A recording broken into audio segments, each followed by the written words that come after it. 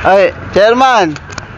Bumababa ka ngayon Puding ka ngayon Papabunot sana kami dyan. Nakaschedule kami si Bayaw, si Jermel, ako.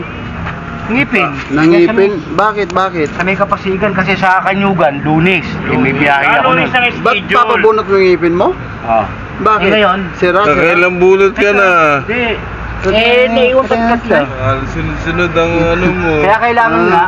Maganda nga. Pagdating doon, Wait, anong schedule ba ni Kapasigan? Merkulis.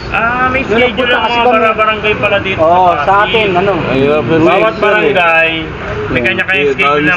Libre lang yung bunot. Libre. Pag hindi alam nila medyo sensitive yung bubunutin, tinatanggihan nila Ay, ganon. Nasubukan ko na yan, dating bagang ko.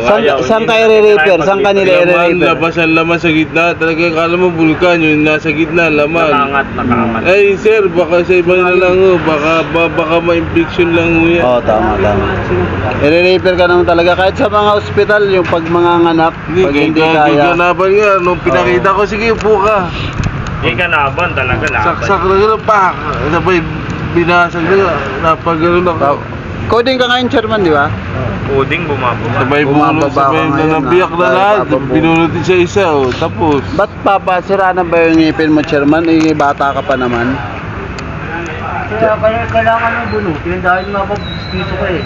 Alo kang bumata. Magpapapustis. Magpapapustiso siya. One seat apart ang tawag doon. Papag-opins ka pa. Tama.